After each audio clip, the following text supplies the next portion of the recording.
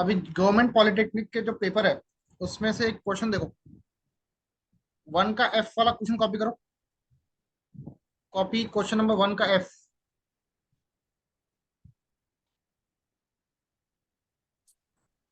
ये बहुत ही important question है, गवर्नमेंट पॉलिटेक्निक प्लस एमएसबीटी दोनों के लिए। लिखो define characteristic strength, define characteristic strength and characteristic load. Very important question.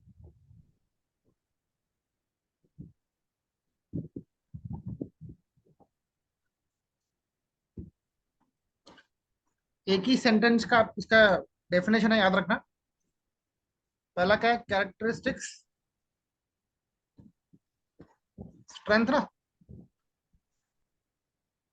लिखो हाँ it is that strength of the material,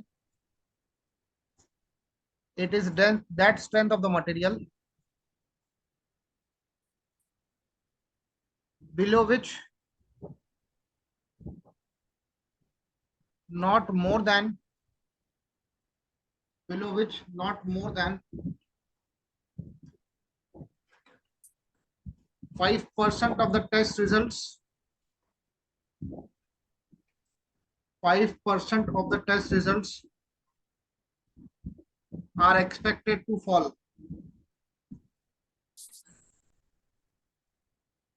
below which not more than 5% of the test results are expected to fall.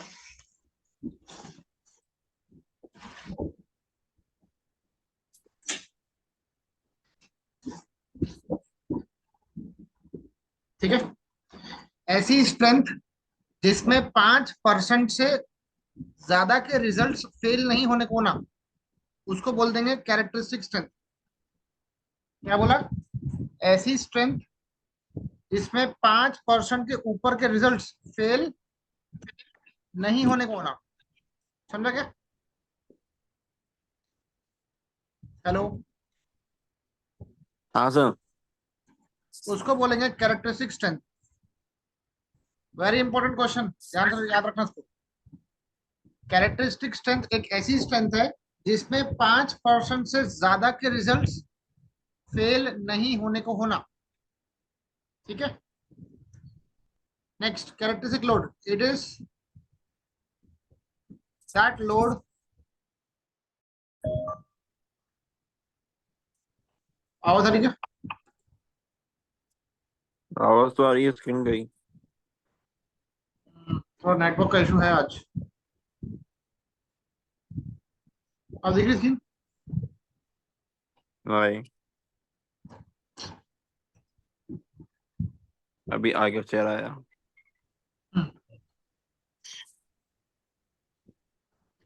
So it is that load which has 95%, which has 95% probability of not being exceeded, of not being exceeded throughout the life of the structure, throughout the life of structure. ये definition कल के paper आएंगे, दिव्य तुमको।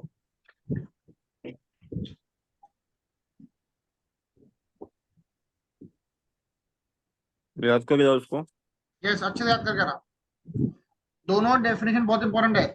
Characteristic strength एक ऐसी strength होती है जिसमें 5% टेस्ट के रिजल्ट्स से ज्यादा फेल नहीं होने को ना, और कैरेक्टरिस्टिक लोड एक ऐसा लोड होता है जिसकी 95% प्रोबेबिलिटी होती है, संभावना होती है कि उससे ज्यादा का लोड बिल्डिंग के लाइफ में कभी भी नहीं आएगा। ठीक है, हाँ तो कैरेक्टरिस्टिक स्ट्रेंथ में कीवर्ड याद रखना है, नॉट मोर देन, क्या लिखा है, not more than 5% of the 5%। Test results are expected to fall, और इसमें 95% प्रोबेबिलिटी है of not being exceeded through the life of the structure. याद हो गया? हाँ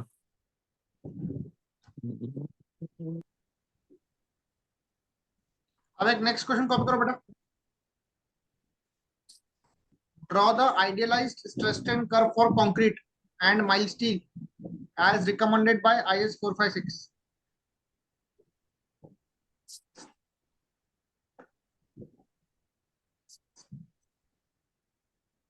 क्वेश्चन क्या है? Draw the idealise stress strain curve of concrete. पहला कंक्रीट का डिस्कस करेंगे एज पर कौन सा कोड है? 456। सबको याद है? याद है कंक्रीट का स्ट्रेस स्ट्रेन डायग्राम? यहाँ पे स्ट्रेस होता है, हाँ सर। यहाँ पे स्ट्रेन होता है। याद है 0.002 का स्ट्रेन और यहाँ पर zero zero point point zero double zero three five three का फाइव स्ट्रेन। यहाँ पे एक लाइन खींचना बीच में, ऐसा 0.002 के ऊपर एक लाइन खींचना डॉटेड वाली। ठीक है, पीवो फिर बैंड अप हो सर। एक मिनट। तो यहाँ तक के पैराबोला, उसके बाद स्ट्रेट पकड़ेंगे, याद है? जी। ये कर्व बहुत इंपॉर्टेंट है, एग्जाम में आने के चांसेस रखता है पूरे पूरे। इस लेवल के जो स्ट्रेस को बोलते हैं एफसी के, क्या बोलते हैं इसको? एफसी के। अब ठीक है। ये होता है लैब का स्ट्रेंथ, क्या बोलते हैं इसको? Lab stand. Lab strength. मतलब ये लैब में टेस्टिंग के बाद जो स्ट्रेंथ मिलती है कंक्रीट की, that is called as lab strength, FC के बोलते हैं इसको। अभी हर चीज लैब पे डिपेंडेंट नहीं होती है। लैब के बाद आपका स्ट्रक्चर कहाँ बनता है? फील्ड। स्ट्रक्चर कहाँ बनता है? साइट पे फील्ड बनता है ना? पर। हाँ। हाँ हाँ। तो साइट की स्ट्रेंथ थोड़ी सी और कम करनी पड़ती है। एफसी के उसकी एक्चुअल स्ट्रेंथ है, साइट की स्ट्रेंथ क्या होंगी, इससे थोड़ी सी कम करेंगे।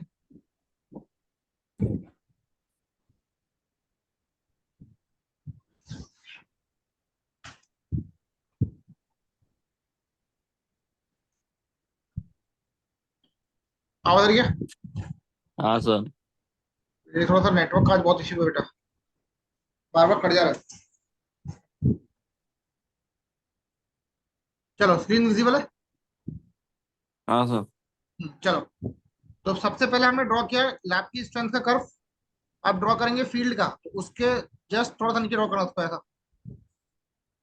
इसकी वैल्यू होती है 0.67 एफसी के।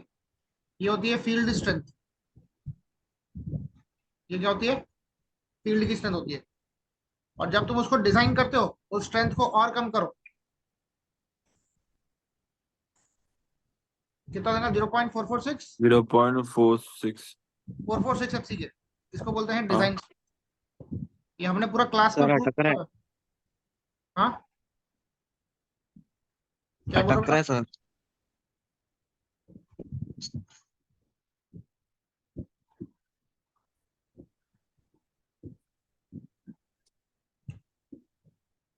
चलिए तो वाईफाई रिस्टार्ट करो ना, बंद करके। वही करना पड़ेगा, ओके। वैसे ही करो भी। रुको मैं आता हूँ। हाँ हाँ।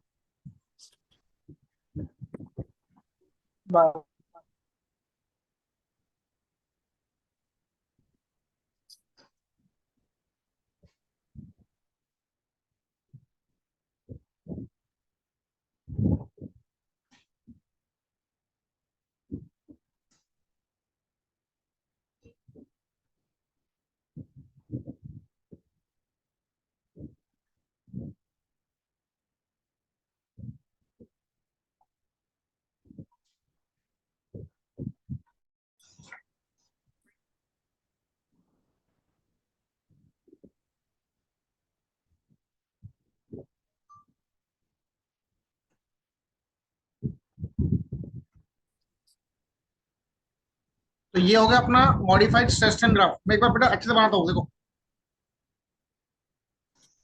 ये वाई एक्सिस, ये एक्स एक्सिस, यहाँ पे स्ट्रेन आएगा, यहाँ पर स्ट्रेस। स्ट्रेस। बेटा गलती से इसको उल्टा मत कर देना। स्ट्रेन आता है एक्स एक्सिस पे, वाई एक्सिस पे स्ट्रेस आता है। 0.002 का स्ट्रेन, यहाँ पे 0.0035 का स्ट्रेन। एक डॉटेड लाइन खींचना है यहाँ पर, और एक डॉटेड लाइन यहाँ खींचना। ये पैराबोला स्ट्रेट लाइन। यहाँ पे स्ट्रेस क्या था? एफसी के। लैब एफसी की, स्ट्रेंथ। ये लैब की स्ट्रेंथ है। उसके नीचे फील्ड की स्ट्रेंथ 0.67 एफसी के। ये फील्ड स्ट्रेंथ है। उसके नीचे डिजाइन स्ट्रेंथ पॉइंट, 0.446 एफसी के। इसको बोलते हैं डिजाइन स्ट्रेंथ ऑफ कंक्रीट। ठीक है, चलो। यहाँ तक सबको क्लियर तो बताओ, आगे बढ़ता हूँ मैं। आ सकती है। सर हमने एक कंक्रीट का स्ट्रेस ग्राफ प्लॉट कर लिया, अभी माइल्ड स्टील का प्लॉट करना है।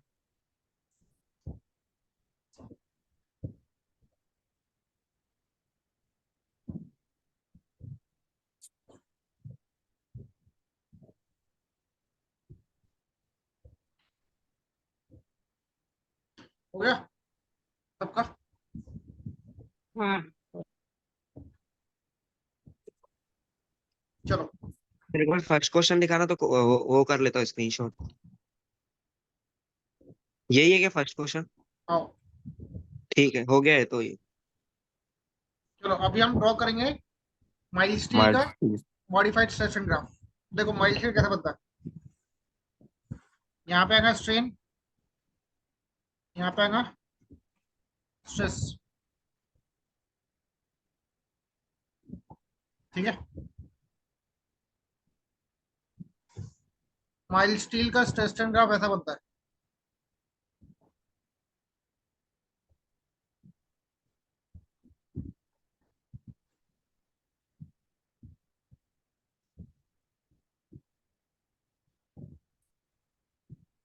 एक सेकंड, देखो इसका ग्राफ ऐसा बनता है।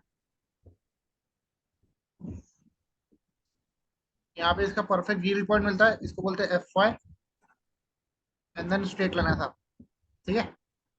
उसके बाद ये इसका हो गया एक्चुअल स्ट्रेस, फिर इसको डिजाइन स्ट्रेस में कन्वर्ट करने के लिए और नीचे से ये है F Y actual stress, design stress होता है 0.87 एफ वाई, ठीक है। चलो कॉपी कर लो इसको बेटा।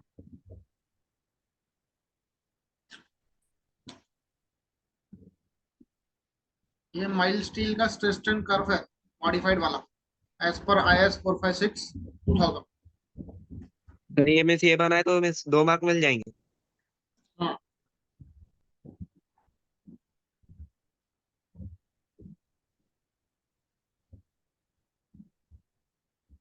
सर फर्स्ट क्वेश्चन दिखाना एक बार, उसका कितनी स्क्रीनशॉट बार लेना। दिखाऊं बेटा, कितनी बार दिखाऊं, एक ही क्वेश्चन बार बार दिख रहा था। अरे नहीं, वो स्लाइड ही नहीं हुआ था वो। देखो अभी भी अटक गया है। ये स्ट्रेस स्ट्रेन करवा है, उसके पहले वाला एक क्वेश्चन है। मैंने ओपन किया हुआ है। हाँ हाँ, अभी हुआ है।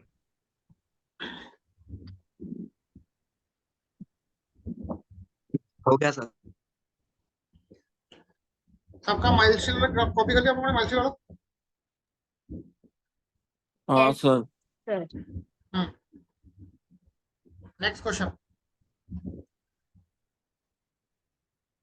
देखो। Next question, state the partial safety factor,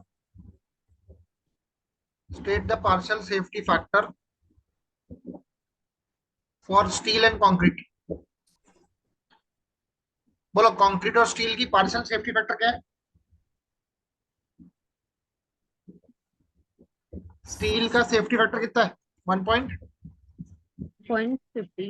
1.50। ये स्टील का है, और कंक्रीट का 1.50। 1.5, ये है कंक्रीट का। ये 2 मार्क वाला बहुत इंपॉर्टेंट क्वेश्चन है बेटा, आ सकता है एग्जाम में। इतना ही है सर. हाँ इतना ही है।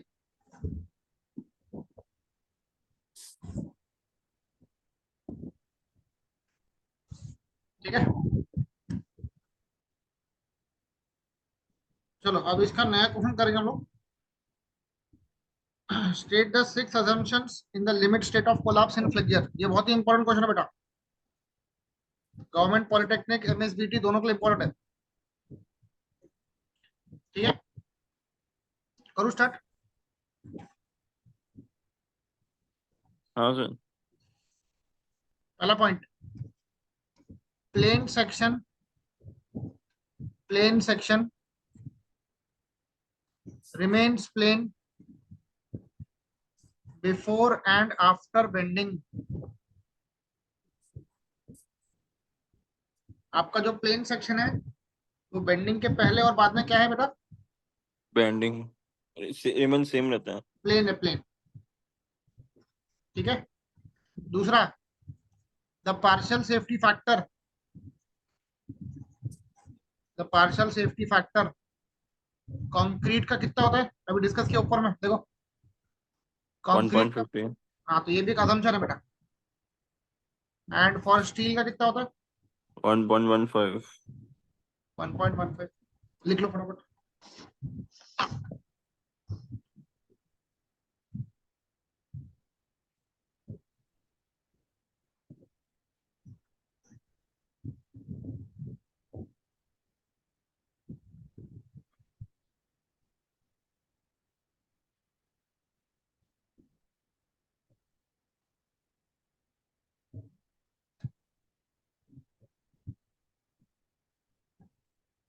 हो गया सर।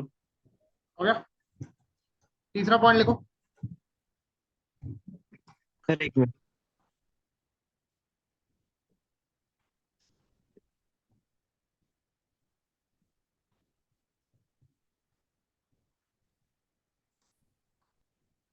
तीसरा पॉइंट ये लिख रहा हूँ, concrete on tension side is neglected। देखो concrete on tension side is neglected। बेटा कंक्रीट को टेंशन में क्या करना है? भूल जाना है। नहीं, नेग्लेक्ट करना मतलब भूल जाना। Concrete on tension side is neglected. ठीक है, ये तीसरा असम्पशन होगा अपना।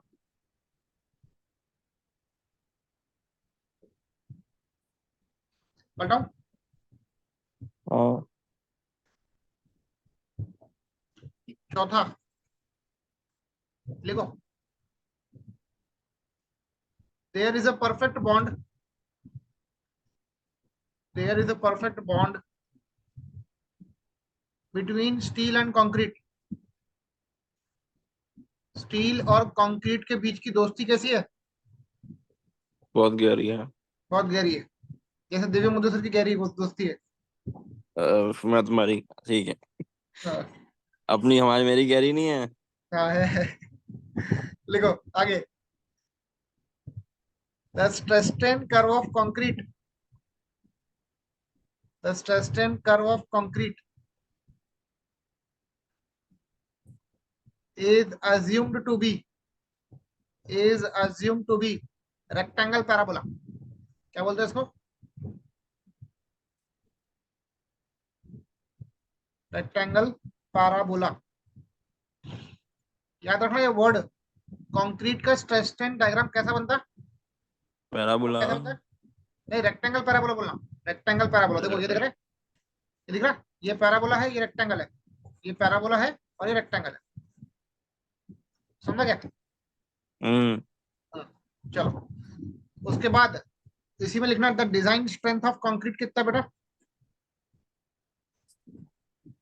डिजाइन स्ट्रेंथ ऑफ कंक्रीट कितना? 0.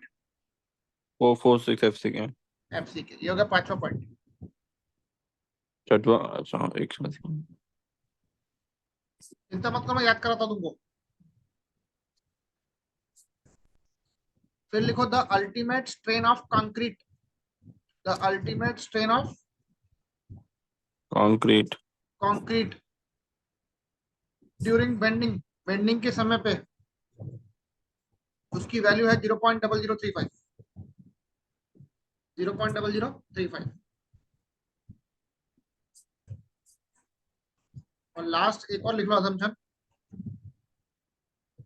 the ultimate strain in steel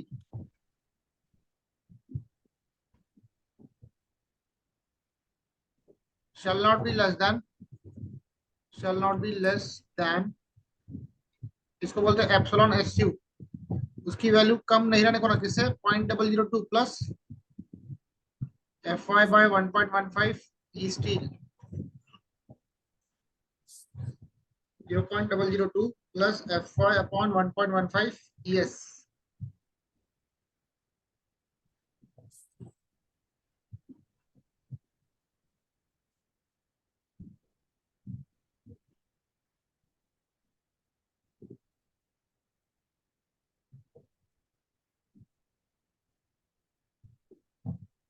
sir shall not be shall then क्या लिखा है?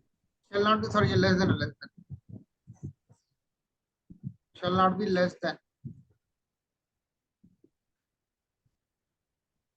एफ वाई का मतलब यील्ड से होता है, ई का मतलब modulus of elasticity of steel.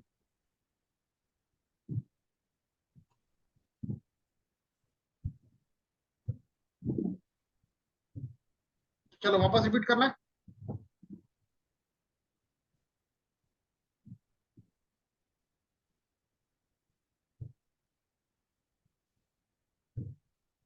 हो गया सर। ओके चलो फिर से एक बार रिवाइज कराता हूँ। पहला पॉइंट क्या है, जो प्लेन सेक्शन है बेंडिंग के बाद और बेंडिंग के पहले क्या था, प्लेन। प्लेन था। बेंडिंग के पहले भी प्लेन है, बेंडिंग के बाद भी प्लेन है। दूसरा, कंक्रीट का पार्शियल सेफ्टी फैक्टर कितना है? 1.15। अरे कंक्रीट का बोल रहा बेटा, सॉरी 1.50। 1.5 1.5। स्टील का कितना है? स्टील का 1.15। 1.15। 1.1 कंक्रीट को टेंशन साइड में, कंक्रीट को टेंशन साइड में क्या करना है? निगलेक्ट कर देते हैं। निगलेक्ट करना है। कंक्रीट और स्टील की दोस्ती कैसी है? परफेक्ट है। परफेक्ट है। There is a perfect bond, bond between steel and concrete. Concrete का स्ट्रेस स्ट्रेन ग्राफ कैसा बनता? 0.446। अरे बेटा क्या, rectangle parabola. Rectangle parabola. Parabola. Rectangle parabola. Concrete का डिजाइन स्ट्रेंथ कैसा है और क्या है? 0.446 FC के। कंक्रीट का अल्टीमेट स्ट्रेन कितना है? स्ट्रेन 0.0035। 35। और स्टील का अल्टीमेट स्ट्रेन कितना है बेटा? 0.002 0.002 प्लस FI into 1.5 ES। 1.15 बेटा, 1.5 नहीं है वो। ठीक है, याद हुआ क्या? हम्म। नेक्स्ट है क्वेश्चन को बेटा, देखो define development length. Define development length.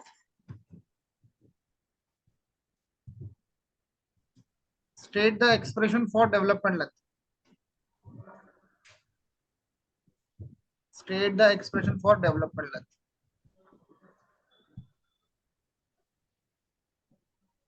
ठीक है,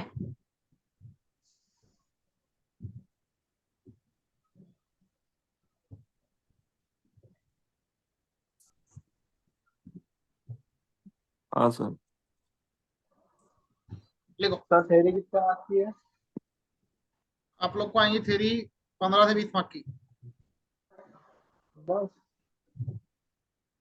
लिखो, it is that length of the bar,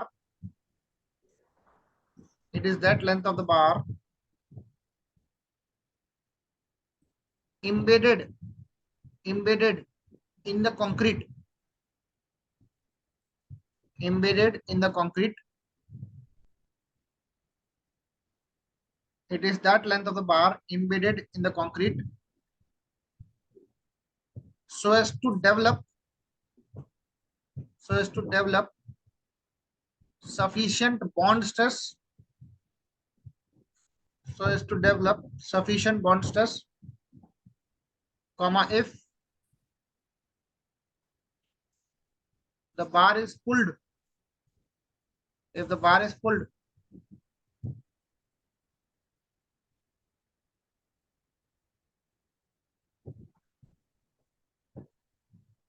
एक मिनट को क्या लिखा? It is that length of the bar embedded in the concrete so as to develop the sufficient bond stress if the bar is pulled by the force,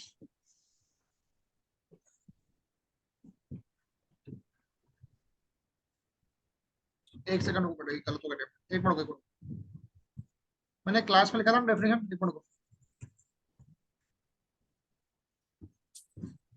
रुको रुको रुको।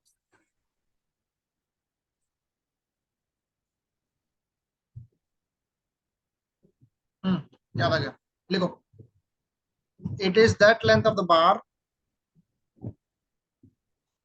it is that length of the bar embedded in the concrete, embedded in the concrete, it is that length of the bar embedded in the concrete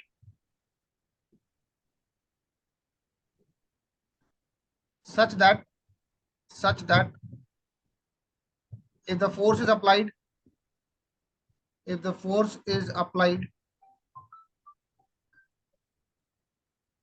the bar may not get pulled, off the concrete. The bar may not get pulled off the concrete.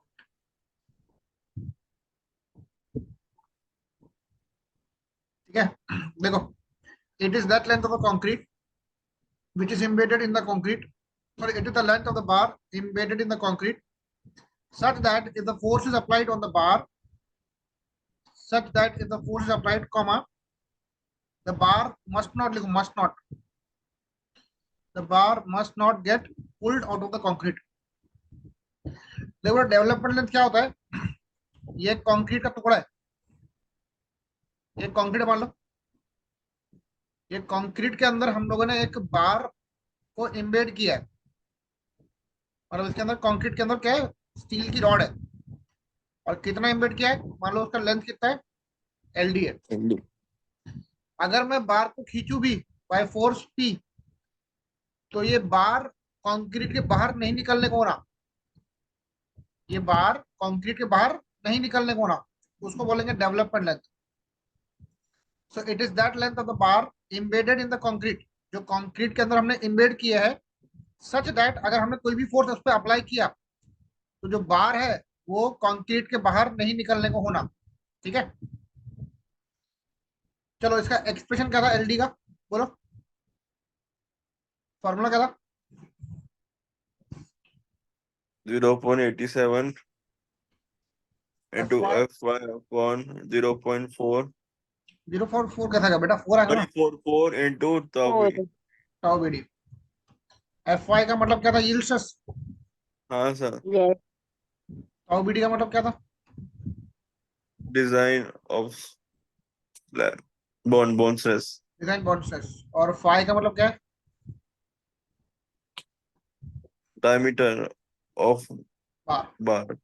चलो इसको note कर लो, LD का मतलब development length. चलो अब एक question discuss करते हैं हम लोग कॉलम के ऊपर। ठीक है, सर्कुलर कॉलम का डिजाइन करना है अपने को। पढ़ो रौनक, क्या लिखा? Design a circular column हाँ, to carry an axial load of 1500 kilonewton. Axial load दिया है, मतलब पी दिया है कि पीयू दिया है? पी दिया है। वेरी गुड, ये पी दिया है। सिर्फ एक्सियल लोड बोलेगा तो वर्किंग लोड है। ये कौन सा लोड बेटा? Working load. Working load. कितना दिया? 1500 kilonewton. हाँ Use M25 concrete हाँ। and Fe415 steel. लेंथ कितना है? Unsupported length of 3750. column is 3.75 meter. हाँ, प्रोवाइड क्या बोलता हो? 0.8% compression. वो बोलता है 0.8% स्टील तुमको प्रोवाइड करना है, मतलब एएससी कितना है? 0.8% है। किसका? एग्रॉस। एग्रॉस का। मेरे को बताओ, 0.8 अगर upon 100. एक मिनट को, अगर स्टील 0.8% है तो कंक्रीट कितना होगा? 100 minus 0.92. हाँ, 0.8/100 एग्रॉस जाएगा एएससी। कंक्रीट का एरिया क्या रहेगा? 100 माइनस 0.8% ऑफ एग्रॉस, बरोबर है श्रवणी? 99.2. ये आएगा 99.2% मतलब अपॉन 100 ऑफ Egross. एग्रॉस। चलो नोट करो इतना। Check the column for minimum eccentricity बोला है, मतलब ई मिनिमम भी निकालना पड़ेगा। जिसको हाँ। आता है स्टार्ट करो। ठीक है, चलो फटाफट डेटा कॉपी करो। ऐसे ही लिखोगे? अच्छा, देखो पहला स्टेप बताओ, साइज ऑफ कॉलम में पहला स्टेप, जी। पीयू पहले फैक्टर लोड निकालो, पीयू निकालो पहले। वर्किंग कितना है? 1500 है। 1500 इंटू 1.5 कितना होता है? 1.5. 2250. ये आएगा 2250 किलो न्यूटन, मतलब 2250 10 पावर 3 3 न्यूटन। क्या पीयू थ्री का फॉर्मूला क्या होता है? 0.4 एफ सी के into AC plus 0.67 FY into AC is AC। AC. 2250 10 power 3 0.4 F C K is how much? 25 है। 25. और कंक्रीट का कितना? 99.2 अपॉन 100 है। हाँ, ग्रॉस प्लस 0.67 एफ वाई है 415। एएफसी कितना है? 0.08 by 100. 0.8 बोलो ना बेटा, 0.08 क्यों बोल रहे हो? बोल भी गलत रहा हो, लिख के भी गलत होगा यार। 0.08, अच्छा नहीं, हाँ 0.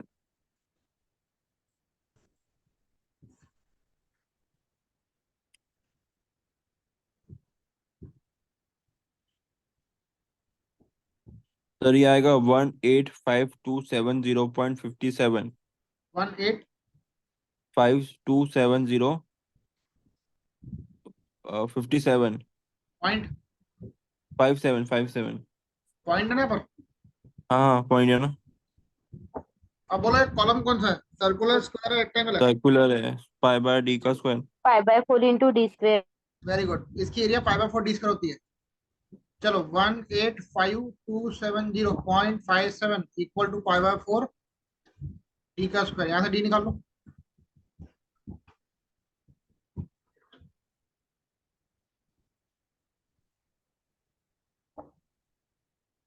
485.868. और 85.68. कितने बार राउंड करेंगे? 480, 500. हायर पे राउंड अप करना, लोअर पे राउंड अप नहीं करना। ठीक है. चलो नोट करो फटाफट।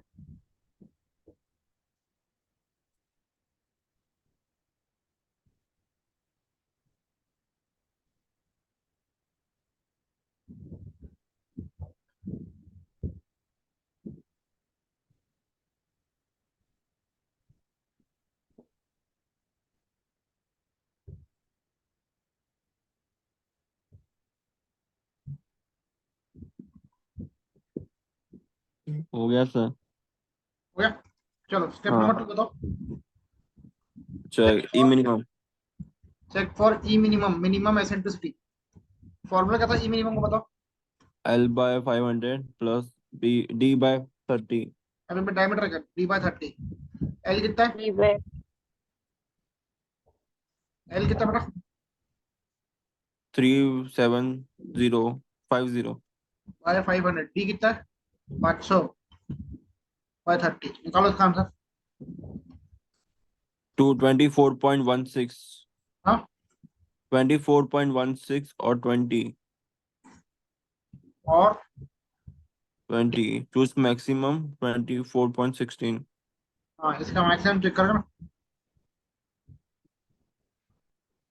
Choose maximum. तो ई मिनिमम क्या हो जाएगा? 24.16। mm. इसका चेक क्या था? 0.05 D. डी कितना है? 525. 12। ओके. तो आपका ई मिनिमम का वैल्यू 0.05 डी से छोटा है। हाँ, इसीलिए मैं डी को हमेशा हायर साइड पर अडॉप्ट करता हूँ, ताकि ओके आने को ना। लिख लो तो।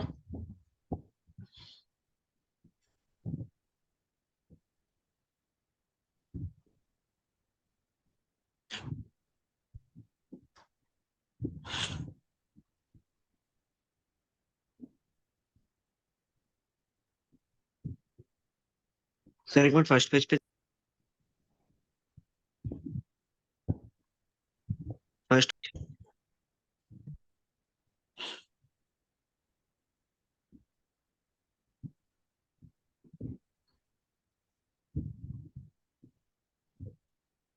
हो गया सर.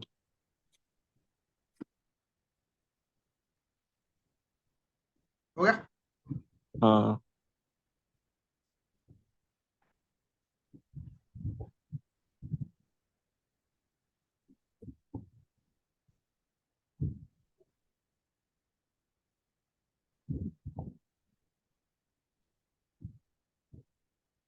second page. चलो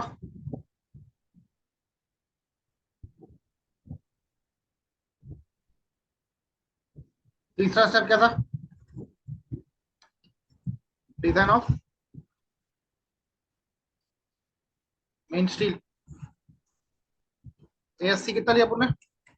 0.8% लिया ना, तो 0.8 upon 100 of A gross. into a gross. बेटा अभी ए ग्रॉस की वैल्यू मत कॉपी करना। ए ग्रॉस का फॉर्मूला क्या था? पाई बाय 4 डी स्क्वायर था ना, हाँ वहां पे डी की वैल्यू हाँ कॉपी करना। डी जो 500 अपने राउंड अप किया था 500 को लेना।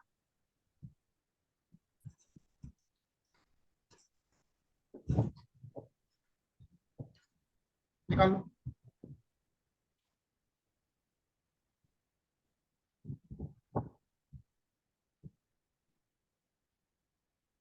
1570.79 1570.79। 79 ठीक है, अभी इसमें अज्यूम करेंगे नंबर ऑफ बार कितने? 8 लेंगे 8 कॉलम में हमेशा 8 बार लेना। n into pi by 4 five का स्क्वायर फॉर्मूला, यहाँ से n निकाल लो। फॉर्मूला क्या था? ASC बाय, सॉरी n तो निकाल निकाल अपन अज्यूम किया है। 1570.79 into 8 into pi by 4 into सब n वो है 8 निकालना है। पाई बाय 4 फाइव का स्क्वायर, यहाँ से 5 निकाल।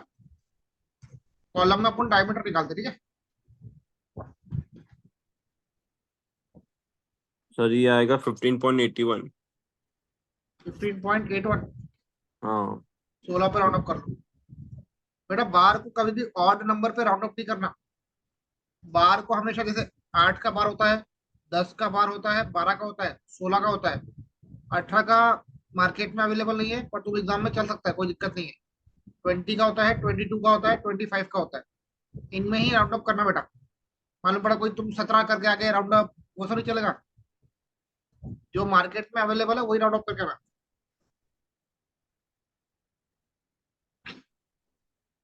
समझ गया?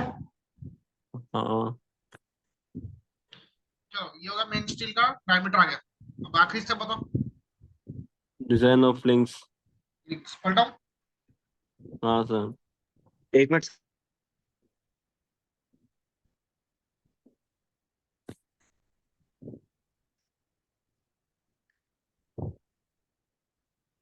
हो गए। चौथा step, design of link links. link सबसे पहले डायमीटर निकालेंगे उसका। क्यू लिंक डायमीटर ऑफ लिंक का फॉर्मूला बताओ। 1/4 into largest 1/4 longitudinal bar into 18 largest longitudinal bar 1/4 लगा into सकते हैं 16 16 ठीक है ना। 4 4 और क्या था? 16 6 6 6 क्या चूज करेंगे दोनों में से? मैक्सिमम choose 6 maximum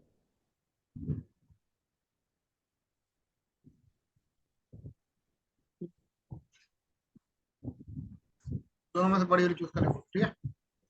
चलो नोट करो इसको।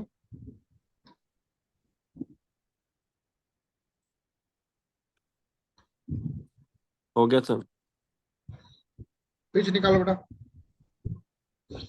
हो गया सर पिचिंग भी हो गया speed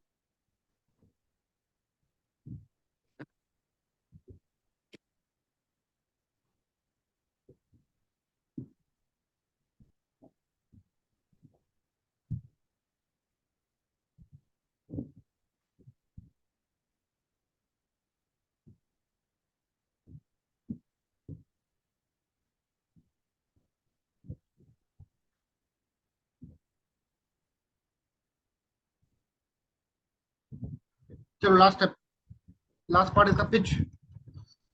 pitch of the links. Pitch बोलो, स्पेसिंग बोलो, बात एक ही है, ठीक है। पहला क्या था? Least least lateral lateral dimension dimension of column lateral dimension of column 500 500 ना। लैटरल मतलब कॉलम का डायमीटर, अगर सर्कल है तो डायमीटर रहेगा, स्क्वायर है तो साइड रहेंगी इसकी। Second 16 times 16 time smallest longitudinal bar smallest longitudinal 16 × 16 बार 16 × 16। 16 बेटा 256 लॉन्गिट्यूडनल सुनो, लॉन्गिट्यूडनल मतलब ये वाला बार है, ये मेन स्टील है ना, इसको बोलते हैं लॉन्गिट्यूडनल बार। कितना का 256 आखिरी क्या 300 300 मिलीमीटर। टूस क्या मिनिमम 256 पिच क्या लेंगे 256, राउंड अप कितना करेंगे 250 250 250 राउंड अप। चलो नोट करो तो फटाफट।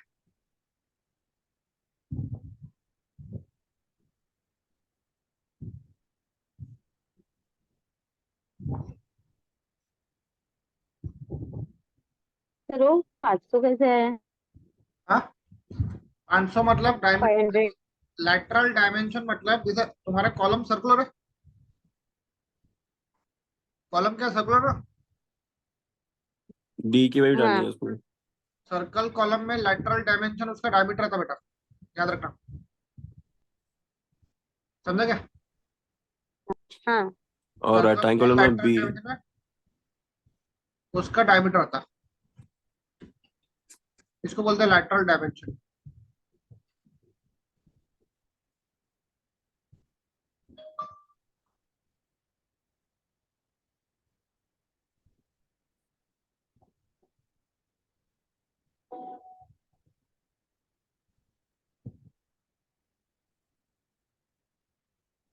हो गया सर। हो गया सर। लिख लिया, इसका डायग्राम ड्रॉ करो। हम्म,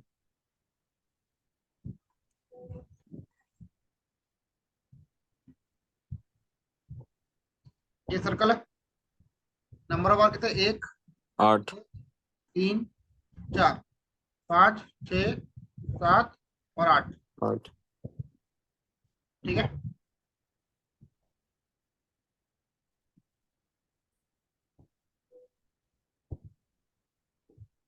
क्लोज। थोड़ा सा सर्कुलर बना बेटा, एक्चुअली बन नहीं रहा सर्कुलर हो, एक सर काम वो करो,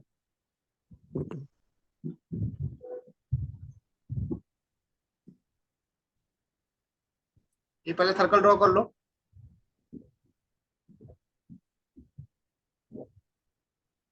इसकी लिंक्स भी सर्कुलर रहेंगी, ठीक है।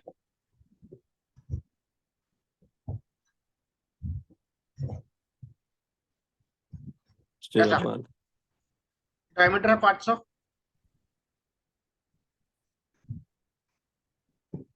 8 बार है 16 के, और 2 ये जो लेफ्ट लिंक, बस को लिंक लिखो, लिंक से 6 mm 5 @ 250 mm। 250 centre to centre. चलो नोट कर लो।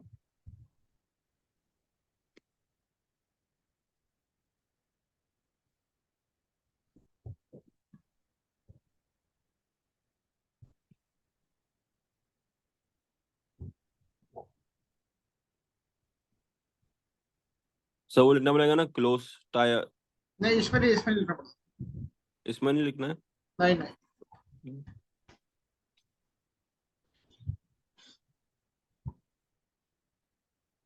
ठीक है, हाँ सर। एक और करना है क्वेश्चन। वाले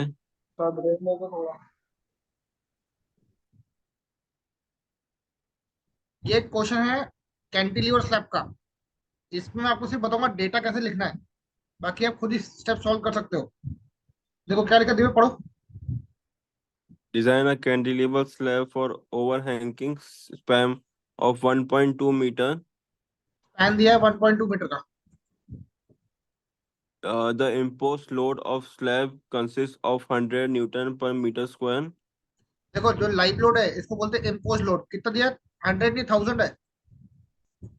हाँ सॉरी 1000। हाँ अब 1000 सुनो, ये 1000 न्यूटन को ना, न्यूटन को किलो न्यूटन में कन्वर्ट करना है। किलो न्यूटन में कन्वर्ट करने के लिए कितने जीरो कम करेंगे, या कितने से डिवाइड करना पड़ेगा इसको, 1000 से डिवाइड करेंगे ना किलो न्यूटन में कन्वर्ट करने के लिए। अरे बोलो जल्दी, हाँ हाँ हाँ 1 क्या आएगा। बताना है, ये ना 1 किलो न्यूटन पर मीटर स्क्वायर, समझा क्या 7 नहीं। हाँ सर। कभी भी याद रखना, 1 न्यूटन मतलब 1/1000 किलो न्यूटन। ठीक है। दूसरा, वेट ऑफ फिनिशिंग मतलब फ्लोर फिनिश दिया हुआ है। क्या दिया हुआ है? फ्लोर फिनिश फ्लोर फिनिश कितना दिया है? 800 दिया है। इसको किलो न्यूटन में कन्वर्ट करो बेटा, बताओ। 0.8। Very good, 0 point. सर लेकिन अब मेरा फ्लोर फिनिश एक रहता है, जीरो हाँ जीरो 0.5 से 1 के बीच में रहता है, हाँ, तो उसमें 0.8 दिया है। तो ठीक है, तो 0.5 और 1 के बीच में ही है ना वो। अरे हाँ मैं वो जो वैल्यू देगा वो ले लेना बेटा, उसमें ये मत सोचना कि सर ने इतना बोला था तो वो क्यों दिया हुआ है। ठीक है। अच्छा। यूज M20 कंक्रीट और Fe 415 steel, draw the sketch of cantilever slab showing the reinforcement detail. फिर लिखा है take unit weight of concrete, मतलब कंक्रीट का डेंसिटी कितना लिया है? 05 25,000 न्यूटन पर वो मीटर क्यूब है वो। गलत दिया हुआ, मीटर क्यूब है वो। बोलो, न्यूटन से किलो न्यूटन क्या करेंगे? डिवाइडेड बाय 1000, तो 25। 25,000। ये तो यूज करते ना क्वेश्चन में, हाँ कंक्रीट की डेंसिटी 25 यूज करते हैं, वो दिया जी। हुआ है। तो क्वेश्चन में कोई चेंज नहीं है, कुछ नया क्वेश्चन नहीं है। श्रवण नहीं, जैसे जो स्टेप्स हमने कैंटिलीवर में किए थे वही स्टेप्स फॉलो करके सॉल्व करना है। बस तुमको दिक्कत कहाँ जाती थी? ये यूनिट कन्वर्जन में जाती थी, तो वो मैंने आपको क्लियर कर दिया। करो मैं इसको होमवर्क। हाँ सर। श्रवण नहीं, हाँ हाँ सर। स्टेप्स पूरे सेम रहेंगे बेटा, कोई चेंज नहीं रहेगा। आज सुबह वाला क्लास किया आपने जिसमें कैंटिलीवर सब पढ़ा है मैंने? हाँ हाँ, तो वो सेम टू सेम ऐसे ही फॉलो करना, ठीक है। चलो, ये हो गया अपना क्वेश्चन। हाँ सर। एक बड़ा क्वेश्चन याद रखना। डिफाइन बोलता है limit state, define limit state. ठीक है। फिर बोलता है analyst the types of limit state. इसके टाइप्स कौन से होते हैं?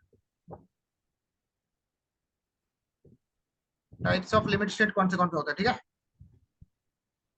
तो याद रखना, लिमिट स्टेट क्या होता है? It is the state of the structure, it is the state of the structure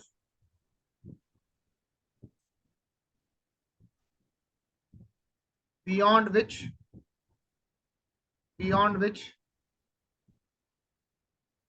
the structure is neither safe, is neither safe or serviceable, neither safe or serviceable। देखिए अच्छे से कॉपी करना बेटा, ये बहुत इंपॉर्टेंट है, आएगा ये क्वेश्चन देखना। हाँ हर्ष कॉपी कर रहे हो?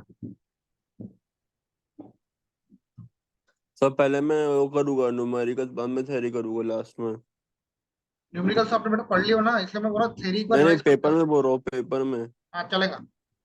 क्योंकि पहला स्ट्रॉन्ग न्यूमेरिकल है ना मेरा। हाँ देखो, it is the state of the structure beyond which the structure is neither safe और नॉट सर्विसेबल। स्ट्रक्चर का ऐसा स्टेट जिसके बाद आपका स्ट्रक्चर ना तो सेफ है ना तो सर्विसेबल है, उसको बोलते हैं limit state.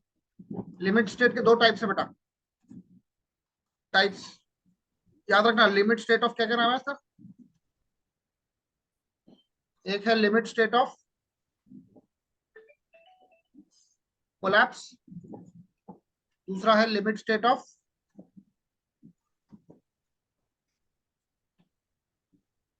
Serviceability.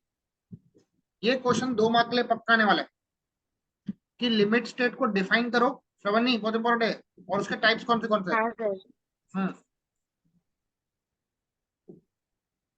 Types of limit state and उसके उसका डेफिनेशन, ये इंपॉर्टेंट है बहुत।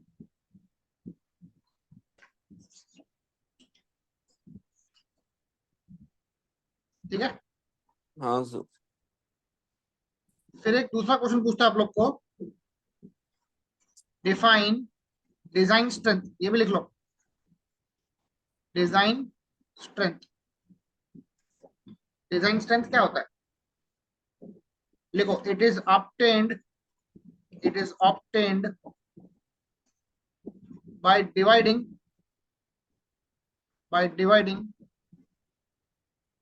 the characteristic strength, the characteristic strength with partial safety factor, with partial safety factor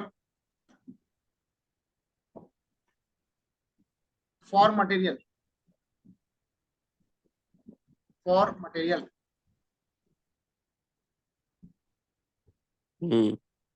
एक ऐसा स्ट्रेंथ है जिसको हम लोग कैरेक्टरिस्टिक स्ट्रेंथ से डिवाइड करते हैं. किसको डिवाइड करते हैं?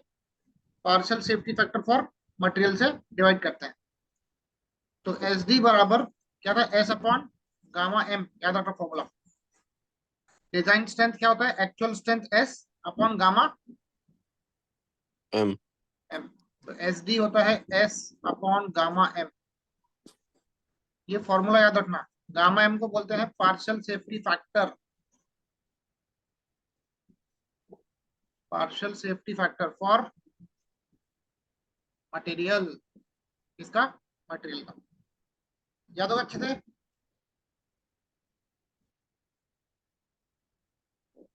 बोलो. ये ऑब्टेन होता है, डिवाइड करता है कैरेक्टरिस्टिक को, स्ट्रेंथ को ना. हाँ, कैरेक्टरिस्टिक स्ट्रेंथ को डिवाइड करना पड़ता है partial safety factor for material से, तो डिजाइन ठीक है, स्ट्रेंथ ठीक. मिलता है.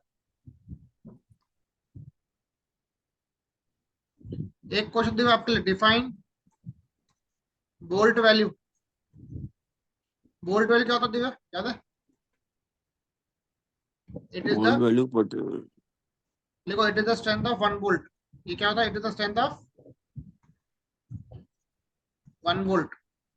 ये एक बोल्ट का स्ट्रेंथ होता है, उसको बोलते हैं बोल्ट वैल्यू. इट अच्छा, इज मिनिमम वीडीएसपी ऑफ, और ये हाँ, इट इज मिनिमम ऑफ क्या बोलते हैं आपको याद है? वीडीएसपी और वीडीपी.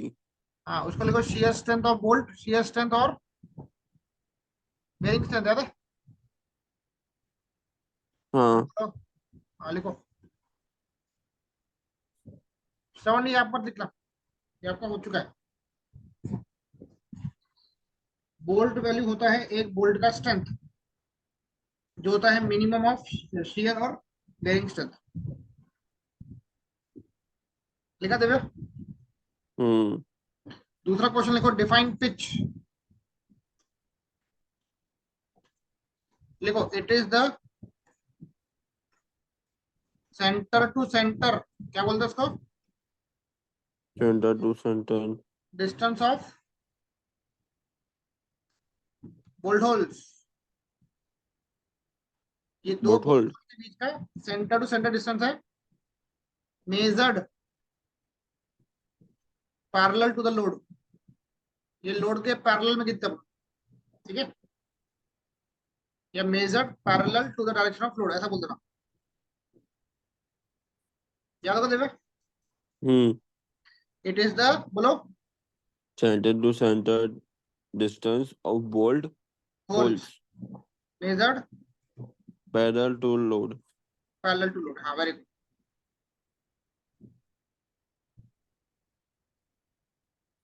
हाँ दिव्या, एक डिफाइन लिंक भी करना है क्या? क्या? डिफाइन लिंक डिफाइन लिंक का है? नहीं, ये तो पूछ रहा है, वो भी करना है क्या? क्या है? कौन सा वाला? वो था ना, डिजाइन डिफाइन पेज डिफाइन. अभी आप लोग एक वाला क्वेश्चन करा दिव्या. क्वेश्चन नंबर 2 का भी देखो, पढ़ो क्या लिखा है. In steel construction, bolts of grade 4.6 are generally used. What you mean by grade 4.6? ये क्वेश्चन बहुत इंपॉर्टेंट आएगा 2-3 मार्क के लिए.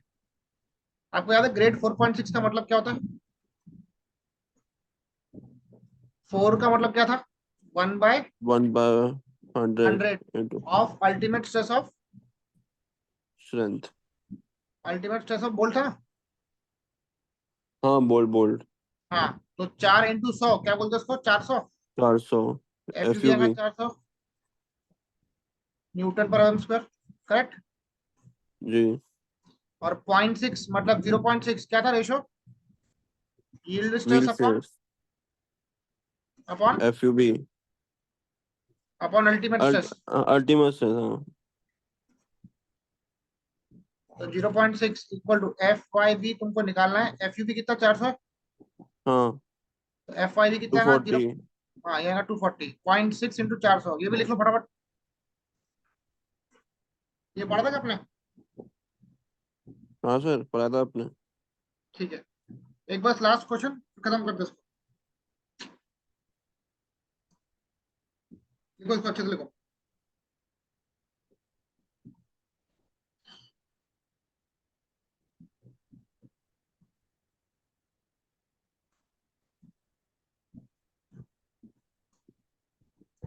Done.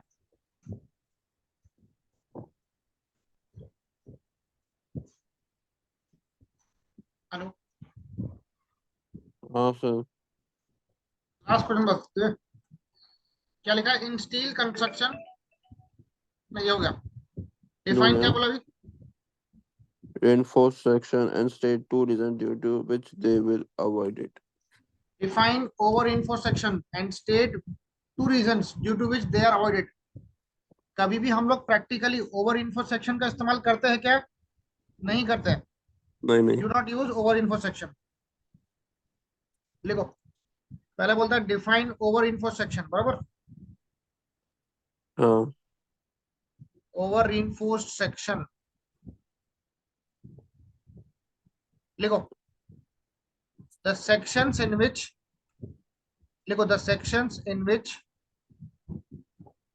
Steel provided is less रहेगा कि मोर रहेगा?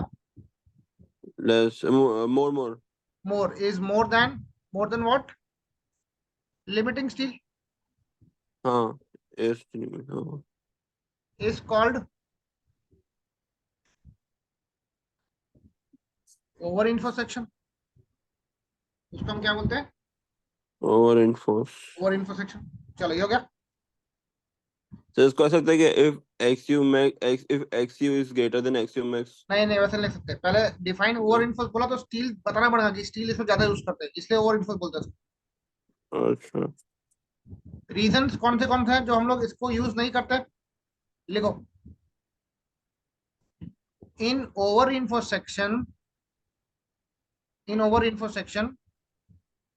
कंक्रीट, याद है, कंक्रीट रीचेस इट्स, क्या बोलते हैं, फिर permissible strain prior to steel ना। हाँ। ओवर इन्फो सेक्शन में कंक्रीट पहले फेल होता, दैट इज कंक्रीट फिर फेल्स फर्स्ट। फर्स्ट। दूसरा, फेलियर ड्यू टू कंक्रीट कैसा होता बताओ? Brittle. Very good. Failure due to concrete is brittle in nature. तीसरा पॉइंट लिख देना, it do not give warning. Warning. क्या बोलेंगे? It do not give warning before before failure. falling। failure। बस खत्म।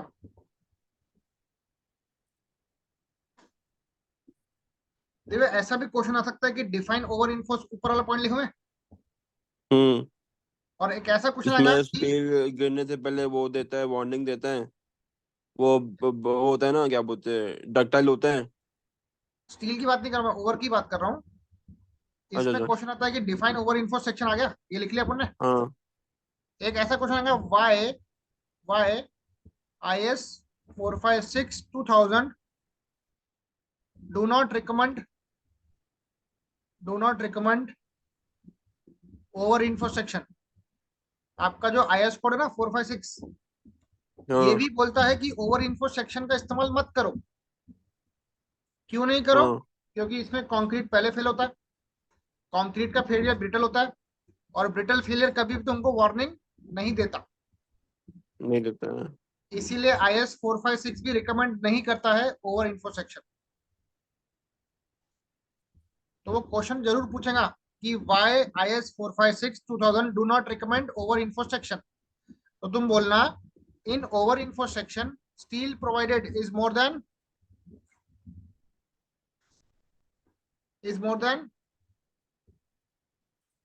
Limiting steel. लिमिटिंग, हाँ हाँ। हाँ, फिर लिखना, इन ओवर इन्फो section concrete reaches its permissible strain prior to steel, that is concrete fails first. बस। अगर इन केस याद नहीं आए ना, तो लिख लेना, इन ओवर इन्फो सेक्शन कंक्रीट फेल्स फर्स्ट। चलता, कोई दिक्कत नहीं है। ठीक है। फिर लिखना failure due to concrete is brittle in nature, it is brittle in nature. फिर it do not give warning before failure. ठीक है, याद हो गया। हाँ इसीलिए IS 456 भी अलाउ नहीं करता है। ठीक है, चलो 456 no हाँ आज का इसका 456 हाँ 456 2000 no हाँ 2000 है। IS 456 2000 do not recommend over इन्फो सेक्शन, ये इसके पूरे रीजन आ गए। ठीक है ठीक है, हम्म चलो गुड नाइट।